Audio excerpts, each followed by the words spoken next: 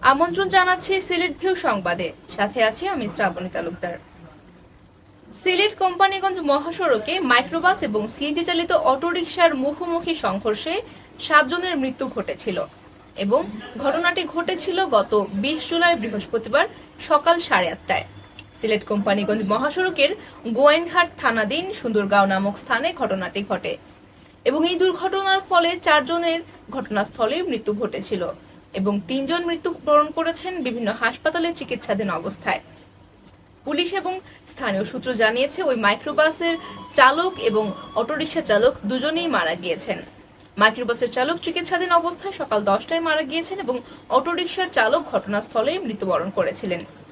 এদিকে এই ঘটনাটির 7 দিন পর তদন্ত কমিটির পক্ষ থেকে রিপোর্ট জানানো হয়েছে ঠিক কী কারণে দুর্ঘটনাটি ঘটেছিল এবং প্রাথমিক তদন্তে যেটি উঠে এসেছে, আসলে মাইক্রোবাস চালক ঘুমিয়ে পড়েছিলেন, অর্থাৎ দীর্ঘ সময় ধরে গাড়ি চালিয়ে আস্তে আস্তে ক্লান্ত হয়ে ঘুমিয়ে পড়েছিলেন তিনি।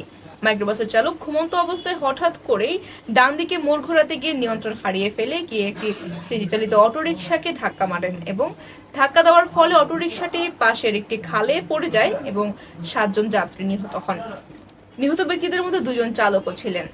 এই ঘটনায় সড়ক পরিবহন ও সেতু মন্ত্রণালয় থেকে তদন্ত কমিটি গঠন করা হয়েছিল এবং তদন্ত কমিটির সদস্যদের মধ্যে প্রধান ছিলেন বাংলাদেশ প্রকৌশল বিশ্ববিদ্যালয় সড়ক দুর্ঘটনা গবেষণা ইনস্টিটিউটের সহযোগী অধ্যাপক আরমানা সাবিহা এবং আরমানা সাবিহা সহ তাদের টিম বুধবার দুপুরে ঘটনাস্থল পরিদর্শন করেছেন।